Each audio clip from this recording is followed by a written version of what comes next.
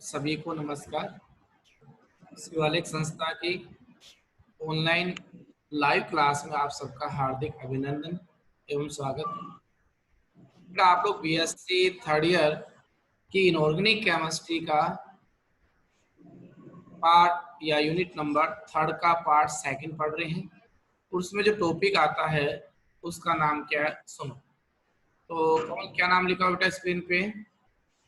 संकुलों के स्थायित्व को प्रभावित करने वाले कारक। संकुलों के स्थायित्व को प्रभावित करने वाले कारक। मैं फिर वापस से बोलना चाहूंगा, आपने संकुल वर्ड काफी बार पढ़ चुके हैं। ये कौन है? मेटल। ये कौन है? लिगैंड। ये लिगैंड इस मेटल से किस बंध से बंधित हैं? उपसहसंयोजक बंध से। अब इन जो यौगिकों का निर्माण हुआ मेटल और लिगैंड के सहयोग से, उन यौगिकों को क्या बोलते हैं? उपसहसंयोजक यौगिक। उपसहसंयोजक यौगिक। और इसी उपसहसंयोजक यौगिकों का दूसरा नाम क्या है? संकुल यौगिक। संकुल।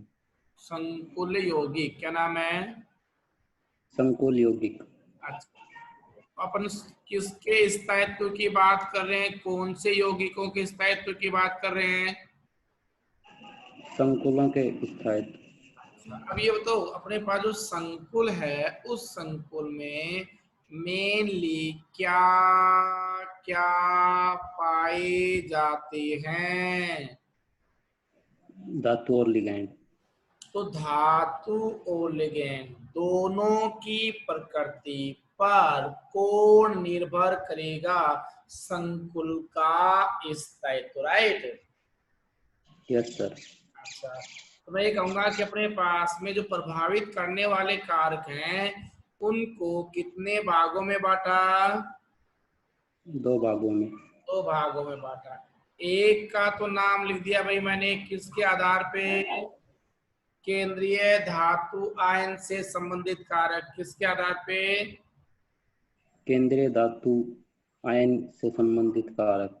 तो केंद्रीय धातु आयन से संबंधित कारक, एक तो ये हो गया। और दूसरा यस सर। कौन सा हो जाएगा आप बताओ, देखो खुद दिमाग लगा करके, किससे आधारित? लिगैंड। Very good. तो लिगैंड से संबंधित कारक, ठीक ना? तो इस संकुल के स्थायित्व को मेनली 2 कारक निर्भर करते हैं। एक केंद्रीय धातु आयन की प्रकृति और दूसरा लिगैंड की प्रकृति। क्लियर है? Yes sir. इसमें से पहला कौन है? केंद्रीय धातु आयन से संबंधित कारक। कौन सा? केंद्रीय धातु आयन से संबंधित कारक। केंद्रीय धातु आयन से संबंधित कारक है, उसमें पहला कारक के ऊपर चर्चा करें क्या बेटा? तो सुनो भैया, तो सबसे जो पहला कारक ले लिया, यस सर। धातु पर आवेश तथा आकार। क्या ले लिया पहला?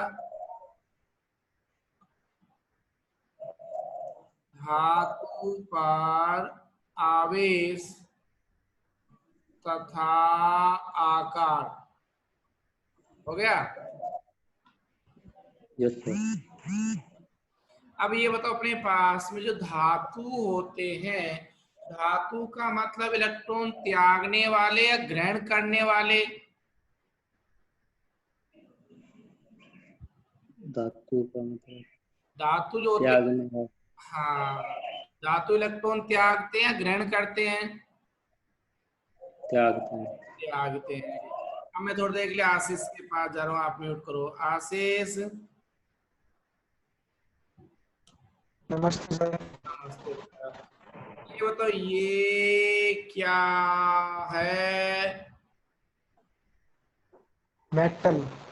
लेकिन बेटा बेटा ये जो मेटल है, ये जो धातु है, मान लिया जाए धातु एक परमाणु है, ठीक है, लेकिन ये यस सर। धातु है, ये अधातु परमाणु ना होकर के कौन सा परमाणु है? धातु परमाणु। इस धातु परमाणु पर किसी भी प्रकार का कोई आवेश नजर आ रहा है क्या? नहीं सर। नहीं है। तो ये उदासीन है या आयनित है? उदासीन। और मैं आपको एक बात बताऊंगा, उदासीन का मतलब है इसमें 100% प्रोटॉन की संख्या और इलेक्ट्रॉन की संख्या क्या पाई जाएगी? बराबर। बराबर पाई जाएगी। अब मैं थोड़ा सा और आगे चल रहा हूँ। अब ये बताओ अपने पास में नीचे स्क्रीन पे पुनः मैंने क्या लिख दिया? ये मेटल। अब यहाँ पर मेटल के ऊपर क्या लगा दिया? धनावेश प्लस एक चार्ज। धनावेश लगा दिया। धनावेश का मतलब कौन चला गया? इलेक्ट्रॉन। इलेक्ट्रॉन गया। तो ये बताओ प्रोटॉन और इलेक्ट्रॉन की संख्या पहले समान थी या असमान थी उदासीन अवस्था में? समान। अब लेकिन समान। अब कौन चला गया? इलेक्ट्रॉन चला गया। तो बताओ किसकी संख्या ज्यादा रहेगी, किसकी कम रहेगी? प्रोटॉन की ज्यादा रहेगी और इलेक्ट्रॉन की कम होगी। तो ये हमने आपने कह दिया, हमने लिख दिया, हो गया। Yes sir. थोड़ा सा और आगे चला, यदि मान लिया जाए m के ऊपर कितना आ गया? प्लस का 2 आ गया, ठीक है। तो ये बताओ यस सर। प्रोटॉन और इलेक्ट्रॉन की संख्या समान या असमान? पहले समान थे अब असमान। असमान हो गई। ये इसमें किसकी संख्या ज्यादा रह गई? प्रोटॉन की। प्रोटॉन की। किससे? इलेक्ट्रॉन से। अच्छा, अब बताना अपने पास में मैंने ये एक स्ट्रक्चर बना दी, और इस स्ट्रक्चर को आप लोग कौन सी स्ट्रक्चर बोलते हो? ये किसकी संरचना कहलाई? हाइड्रोजन परमाणु की। ना कोई भी परमाणु की, ठीक है। परमाणु के केंद्र में कौन पाया गया? नाभिक। नाभिक में कौन कौन से कण होते हैं? प्रोटॉन और न्यूट्रॉन। अच्छा, इसके बाहर कौन चक्कर लगाते हैं? इलेक्ट्रॉन। इलेक्ट्रॉन लगाते हैं। अब ये बताओ अपने पास में आयनिक अवस्था में किसकी संख्या ज्यादा है, प्रोटॉन की या इलेक्ट्रॉन की? प्रोटॉन की। इसका मतलब है प्रोटॉन धनावेश ज्यादा है या नहीं है? अंदर।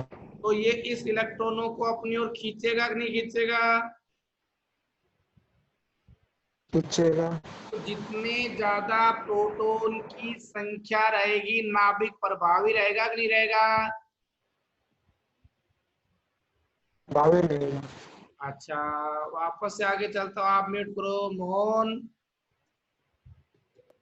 तो ये इन इलेक्ट्रॉनों को अपनी ओर क्या कर, नमस्ते बेटा, इन इलेक्ट्रॉनों को अपनी ओर क्या करेगा? आकर्षित। आकर्षित करेगा। तो आकर्षित करेगा तो ये कोष नाभिक के नजदीक आएंगे, दूर जाएंगे? नजदीक। नजदीक आएंगे। तो आकार बढ़ेगा या घटेगा? आकार घटेगा। आकार घटेगा, आकार में कमी आएगी। यहाँ तक कोई दिक्कत है क्या? No sir. अच्छा, एक बात बताओ कि अपने पास में जैसे जैसे धनावेश आया तो ये भिखारी हो गया या धनवान हो गया? भिखारी। भिखारी होगा। तो ये अपने पास में इलेक्ट्रॉन लेना चाहेगा या देना चाहेगा? लेना चाहेगा। लेना चाहेगा। लेकिन इलेक्ट्रॉन देने वाले कौन होते हैं? लिगेंड। तो बताओ ये लिगैंड से प्रबलता से बंधेगा या दुर्बलता से? बलता। तो हमें कहेंगे किसी भी धातु पर जैसे जैसे धन आवेश बढ़ता है, मैं यहाँ पर आगे स्टेटमेंट दे रहा हूं कि मैंने क्या बोला, धातु के ऊपर क्या बड़ा, धनावेश, धन आवेश बड़ा, तो आकार बोलो बेटा, घटा। आकार घटा, राइट। Right sir. अच्छा, इसका मतलब ये अधिक धनावेश और छोटे आकार के जो धातु है वो किसको अपनी ओर जल्दी आकर्षित करेंगे? लिगैंड को। लिगैंड को, जिससे आपका जो संकुल है उसका स्थायित्व बढ़ेगा या घटेगा? बढ़ेगा। अच्छा, जिससे अपने पास में संकुल का स्थायित्व बढ़ेगा। यहाँ पे बढ़ेगा। बात क्लियर हुई या नहीं हुई? Yes sir. अब मैं इसके एप्लीकेशन पार्ट पे आ रहा हूँ, है ना। आप भी म्यूट करो प्रीति। Yes sir. अच्छा बेटा ये बताओ, आवर्त सारणी शब्द सुना है? Yes sir. आवर्त सारणी में एक वर्ग में ऊपर से नीचे आए, क्या है बेटा? ऊपर से नीचे आए। अच्छा, जो ऊपर से नीचे आ रहे हैं तो ये कह रहा है उसकी ऑक्सीकरण अवस्था बढ़ रही है। क्या बढ़ रही है? ऑक्सीकरण अवस्था। अब बताओ, अपने पास में एक वर्ग में ऊपर से नीचे आए तो धातु की क्या बढ़ रही है? ऑक्सीकरण अवस्था। ऑक्सीकरण अवस्था का मतलब क्या बढ़ रहा है? धनावेश। धनावेश का मतलब है उसका आकार क्या हो रहा है? कम। आकार कम हो रहा है, तो लिगैंड को अपनी ओर खींचने की प्रवृत्ति बढ़ रही है घट रही है? बढ़ रही है। बढ़ रही है। तो मतलब संकुल स्थायी हो गया, स्थायी होगा? स्थायी। तो एक वर्ग में ऊपर से नीचे जाने पर ऑक्सीकरण अवस्था बढ़ती है, जिससे संकुलों का स्थायित्व बढ़ता है। क्लियर है? Yes sir. ठीक है बेटा। हेलो, ये बेटा बात थी वर्ग की। किसकी बात थी ये? वर्ग की। अब अपन वर्ग के साथ में चलते हैं आवर्त। आवर्त का मतलब बाएं से दाएं या ऊपर से नीचे? बाएं से दाएं। तो बाएं से दाएं जाते हैं तो हम ये कहेंगे प्रभावी नाभिकीय आवेश का मान बढ़ता जाता है। क्या बढ़ता है बेटा? प्रभावी नाभिकीय आवेश। प्रभावी नाभिकीय आवेश के साथ साथ हमें कहेंगे उसके आकार में क्या आती है? हमें कमी आती है। और ये अपने पास में लिगैंडों को अपनी ओर खींचने की प्रवृत्ति क्या हो जाती है, जिससे बढ़ती है घटती है? बढ़ती है। और ये अपने पास जब ये लिगैंड को अपनी ओर खींचेंगे तो स्थायी संकुल बनेगा या स्थायी बनेगा? स्थायी संकुल बनेगा। ये बात ही तो मैं ये कहूंगा कि धातु पर जितना ज्यादा धन आवेश होगा आकार छोटा होगा। लिगैंड को अपनी ओर खींचने की प्रवृत्ति बढ़ेगी, जिससे बनने वाले संकुल का स्थायित्व बढ़ता है। पहला पॉइंट क्लियर हुआ या नहीं हुआ? Yes sir. अच्छा, अब मैं दूसरे पॉइंट पे बात चलता हूँ। अब आता है बेटा धातु है उसका इलेक्ट्रॉनिक विन्यास। सेकंड पॉइंट कौन सा है? धातु एवं उसका इलेक्ट्रॉनिक विन्यास। अच्छा, धातु एवं उसका इलेक्ट्रॉनिक विन्यास नहीं, सीधा धातु का इलेक्ट्रॉनिक विन्यास। तो ये लिखा मैंने सेकंड पॉइंट, धातु का इलेक्ट्रॉनिक विन्यास। अच्छा निकिता बेटा आवाज क्लियर आ रही है तो एक बार अनम्यूट करो दिखा।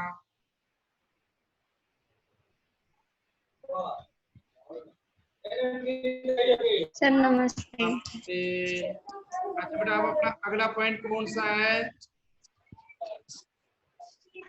धातु का इलेक्ट्रॉनिक विन्यास। अपन पढ़ रहे हैं संकुलों के स्थायित्व को प्रभावित करने वाले कारक। इसमें से पहला बोला मैंने किसकी प्रकृति? लिगैंड की या धातु की? धातु की। और धातु के अंदर कौन कौन से? ठीक है। अच्छा, आपके पास साइड में डिस्टरबेंस ज्यादा है? नहीं मैं तो अच्छा, तो मैं एक बार चेक कर लेता हूँ कहाँ से डिस्टरबेंस। हाँ, अच्छा गुड़िया अब आगे सुनो। कि बेटा धातु के इलेक्ट्रॉनिक विन्यास का मतलब कैसे, सुनो, ये बताओ कौन सा उपकोष है? डी उपकोष। डी उपकोष, ठीक है। मैं एक छोटा सा एग्जांपल दे दूं बेटा। डी उपकोष में कितने कक्षक? हेलो, डी उपकोष नेट प्रॉब्लम है। कोई नेट में कनेक्टिविटी खराब होगी, कोई बात नहीं, है ना। तो अपन क्या करते हैं, हरीश अनम्यूट होना, हरीश। नमस्ते सर। नमस्ते बेटा। ये माना कि हरीश मैंने कि ये तो डी उपकोष में कितने कक्षक है बेटा? 5 कक्षक। 5 कक्षक है। यदि मान लिया जाए, इमेजिन की आपके घर में 10 रूम है, कितने रूम है? 10 रूम।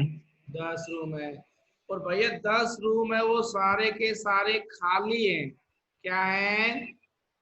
खाली। और बाकी आप रह रहे हो वो रूम अलग हैं, और ये रूम कौन से हैं? वो है जो रेंट पे देने योग्य। किस पे देने योग्य है? रेंट पर। ये बताओ सारे के सारे रूम खाली हैं या भरे हुए हैं? खाली। अगर मान लीजिए कोई किराएदार आएगा तो आप स्टाइल से बात करोगे या नरमाई से बात करोगे जब सारे के सारे 10 के 10 रूम खाली हैं? स्टाइल से। हैं? स्टाइल से। अभी भी स्टाइल से करो भाई, खाली रहेगा फिर तो। ठीक है ना, अगर स्टाइल से बात करोगे तो भाई खाली रहेंगे, आया ना। Yes sir. लेकिन सिचुएशन को बेस मानते हुए शायद बॉडी लैंग्वेज चेंज करनी पड़ेगी, है ना। आपको फिर उनका हल्का सा सम्मान करते हुए कहना, सर आइए बताओ और कैसे क्या है, ये सुविधाएं उपलब्ध कराई जाएगी। तो थोड़ा सा झुकना पड़ेगा, नहीं झुकना पड़ेगा? सब जब सारे खाली यस सर। तो इसका यस सर। मतलब है, ये बताओ कि अपने पास में अगर रूम खाली है तो लिगेंड आएगा कि नहीं आएगा? आएगा। लेकिन यदि आपके पास में 10 रूम में से 9 रूम भर गए, भाई कितने भर गए? 9। अब बताओ स्टाइल लगाओगे कि नहीं लगाओगे? Yes sir. नहीं यार, नहीं ऐसे नहीं, ऐसे ऐसे ये नियम की पालना करेगा तो रह सकता, नहीं तो नहीं। क्यों?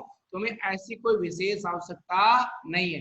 तो यहाँ पर अब बताओ, अगर ये रूम, इसमें और ज्यादा लिगेंड आने की संभावना है या नहीं है? अगर आपके नहीं है। 9 रूम भर गए, नहीं है ना, तो जितने नहीं रूम है। खाली होंगे तभी तो लिगेंड आएंगे, आया ना। यस। Yes sir. अगर रूम ही खाली नहीं है तो लिगेंड कहाँ से आएंगे बताओ? Yes sir. तो इसका मतलब क्या कहना चाह रहा हूं मैं? ये कहना चाह रहा हूं बेटा कि आपके पास में डी उपकोष में 5 कक्षक है। कितने कक्षक हैं? 5 कक्षक। अच्छा, मैंने इसका इलेक्ट्रॉनिक विन्यास लिखा। मान लिया जाए डी में 1 इलेक्ट्रॉन है, या 0 है, या 1 है, या डी में 2 है, राइट? Yes sir. तो बताओ डी के पास में इलेक्ट्रॉन ज्यादा भरे हुए थोड़े से? थोड़े से। तो ये लिगेंड बहुत ही आसानी से आएंगे, मुश्किल से? आसानी से। आसानी से। अगर डी के पास में 0, 1, 2 विन्यास है तो इसका मतलब लिगैंड के जुड़ने की संभावना, या मैं कह सकता हूं उनके पास में रिक्त डी कक्षक उपलब्ध होता है, और रिक्त डी कक्षक उपलब्ध होने के कारण धातु जो होता है वो अधिक संख्या में इलेक्ट्रॉनों को अर्थात लिगैंडों को ले सकता है, और जितने ज्यादा लिगैंडों को लेगा इसका मतलब है उनकी समन्वय संख्या क्या पाई जाएगी? उच्च। क्या पाई जाएगी? उच्च। उच्च। तो उच्च समन्वय संख्या वाले संकुलों का निर्माण करेंगे। कौन करेंगे? D0, D1, D2 विन्यास वाले यौगिक। कौन से विन्यास वाले? D0, D1, D2 विन्यास वाले। अच्छा भैया, यहाँ बात समझ में आई कि नहीं आई? Yes sir. ठीक है। तो जितने ज्यादा फिर ये लिगैंड जुड़ेंगे इसका मतलब संकुल स्थायी है, स्थायी? स्थायी। अच्छा, अब मैं थोड़ी सी बात अलग कर रहा हूं। यदि मान लिया जाए इसके डी में 7, 8 या 9 इलेक्ट्रॉन पाए गए तो बताओ लिगेंडों से इलेक्ट्रॉन ज्यादा लेने की जरूरत है नहीं है? नहीं है। तो मैं देसी भाषा में ये बोल दूं, रिक्त डी कक्षकों का क्या पाया जाता है? अभाव। और रिक्त डी कक्षकों के अभाव की वजह से ज्यादा लिगेंड जुड़ पाएंगे कि नहीं जुड़ पाएंगे? नहीं जुड़ पाएंगे। नहीं जुड़ पाएंगे। तो बताओ अपने पास में कैसे संकुल बनाएंगे? निम्न समन्वय संख्या के या उच्च समन्वय संख्या के? निम्न समन्वय संख्या के। अर्थात कम लिगेंड जुड़ पाएंगे, ज्यादा लिगेंड जुड़ पाएंगे? कम लिगेंड। समझ में आई या बात नहीं आई? Yes sir. जब बेटा धातु के साथ में कम लिगेंड है तो उसका स्थायित्व तो कम हो गया, ज्यादा? कम। कम हो गया। यदि आपके पास में ये कहे कि आपके पास 6 दोस्त है आपको ऊपर मर मिटने के लिए, और एक बच्चे के पास में 4 ही दोस्त हैं, वो तो किसके मरने की संभावना ज्यादा है, 6 की या 4 की? चारों। 4 4 वाली। की। क्यों? उसकी पावर ज्यादा है। पहलवान हंस रहा है, सही बात है, पहलवान पावरफुल आदमी है भाई। हाँ समझ गए बेटा? Yes sir. अच्छा, उसी प्रकार से हमने एक और बात बताई, तो ये था धातु के इलेक्ट्रॉनिक विन्यास के आधार पर संकुलों का स्थायित्व की व्याख्या। क्लियर होगी? Yes sir. अच्छा, अब तीसरी बात और करते हैं, करें? कैसे बताना है वो? है बेटा? रीड करना। आवाज नहीं आ रही प्रॉपर। विशाल बोलो। रिपीट करना। रिपीट करें, लाओ भाई रिपीट करें। तो आप अनम्यूट हो जाओ, लाइव में आ जाओ जल्दी से, विशाल ही आएगा फिर। अच्छा, तो विशाल सुन बेटा वापस से, कोई बात ना। ये कौन से कक्षक हैं?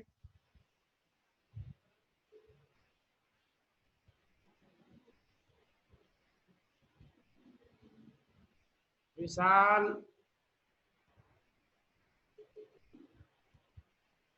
बेटा आवाज नहीं पहुंच पा रही आपकी प्रॉपर।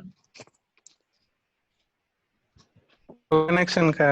अच्छा, तो D1 D2 D3 विन्यास वाले जो धातु आयन है या धातु है, उनमें अधिक संख्या में रिक्त डी कक्षक उपस्थित होने के कारण लिगेंडों से क्या करेंगे?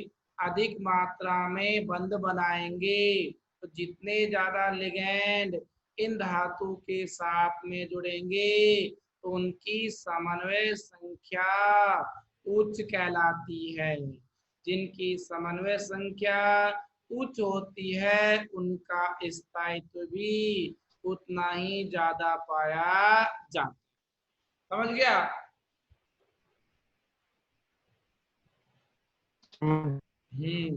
कृष्ण,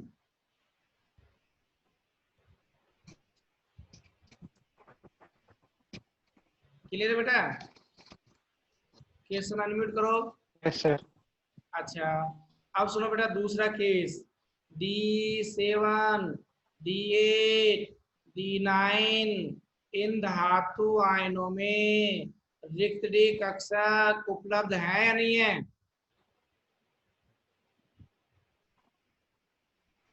रिक्त डी कक्षक उपलब्ध है या नहीं है भैया? नहीं है। नहीं है तो ले अभाव कर दिया मैंने। जब रिक्त डी कक्षकों का अभाव है तो लिगेंड ज्यादा मात्रा में जुड़ जाएंगे क्या? नहीं सर। नहीं जुड़ पाएंगे। तो निम्न समन्वय संख्या के संकुल बनाएंगे, उच्च के बनाएंगे? निम्न। निम्न का मतलब उसका स्थायित्व ज्यादा मिलेगा या कम मिलेगा? कम मिलेगा। यहाँ तक कोई दिक्कत है क्या? नहीं है। बस, आगे चलूं? Yes sir. चलो भाई, अब आता है तीसरा पॉइंट। लाओ जी तीसरा पॉइंट। तीसरे पॉइंट में क्या आता है? किलेट प्रभाव या लिगेंड का त्रिविमीय प्रभाव। बहुत अच्छा भाई, ये भी किलेट प्रभाव। कौन सा प्रभाव? किलेट प्रभाव। या इसको बोलते हैं लिगैंड का त्रिविमीय प्रभाव। समझ गए सर? किलेट प्रभाव में क्या बताया गया था, सुनो भैया। तो मैंने पहले भी एक बार अवगत कराया था आप लोगों को। क्या अवगत कराया था? उषा अनम्यूट हो जाओ, आवाज आ रही है तो। Yes sir. अच्छा बेटा सुनो, कौन सा प्रभाव पड़ रहा है अब? किलेट प्रभाव। हाँ, इसमें क्या बोला गया था कि द्विदंतो या बहुदंतो लिगैंड, क्या बोल दिया? द्विदंतुक या बहुदंतुक लिगैंड किससे जुड़कर धातु से जुड़कर एक वलय का निर्माण करते हैं। और उसी वलय को क्या बोलते हैं? किलेट वलय। और इस घटना को किलेटीकरण के नाम से जाना जाता है। यहाँ तक बात समझ में आई या नहीं आई? Yes sir. अच्छा, तो सर ये आपने हमें पहले प्लस टू लेवल पे भी बताई थी, बीएससी के अंदर भी आपने जब ये बात पढ़ाया था, जब बताया था। अब मैं इसका क्या कर रहा हूँ, थोड़ा सा स्थायित्व की व्याख्या करने के लिए काम ले रहा हूँ। चलो, यस सर। तो ये कहता है जब अभिक्रिया होती है, क्या होती है? अभिक्रिया। इसका मतलब है मेटल और ये लिगैंड आपस में अभिक्रिया करते हैं। क्या करते हैं? अभिक्रिया। और अभिक्रिया करने के बाद में क्या बनाया? संकुल यौगिक। जब ये संकुल बनाते हैं तो इनके कणों की संख्या मान लिया जाए पहले कितनी थी अभिक्रिया करने से पहले, 5। और अभिक्रिया करने के बाद संकुल के दौरान कितनी बन गई? 3। तो मतलब अणुओं की संख्या में वृद्धि होगी या कमी होगी? कमी। है भाई? कमी। कमी। और अगर मैं ऐसा कर देता हूँ 5 की बजाय यहाँ पर 3 की बजाय 6 कर देता हूँ तो वृद्धि हो जाती है। वृद्धि हो जाती है। अब मेरी वापस बात सुनना, अगर किसी भी अभिक्रिया के दौरान संकुल बनते समय अगर इनके अणुओं की संख्या में क्या हो जाती है? वृद्धि।